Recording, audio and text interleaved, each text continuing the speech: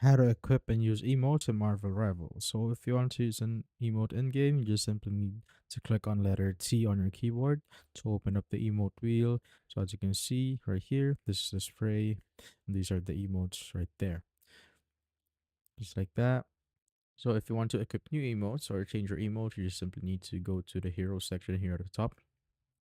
Then find the hero that you want to change the emote of. So let's say I want to change the emote of Spider-Man.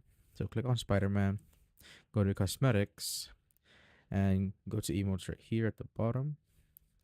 After that, you will see all of the emotes right there that Spider-Man has. So we have this wrong spell emote and also the spider yo-yo. So if you want to buy them or acquire them, you just simply need to click on the acquire button right here, and it will bring you to this page where you could basically purchase it if you have the in-game currency, if you have enough in-game currency for it.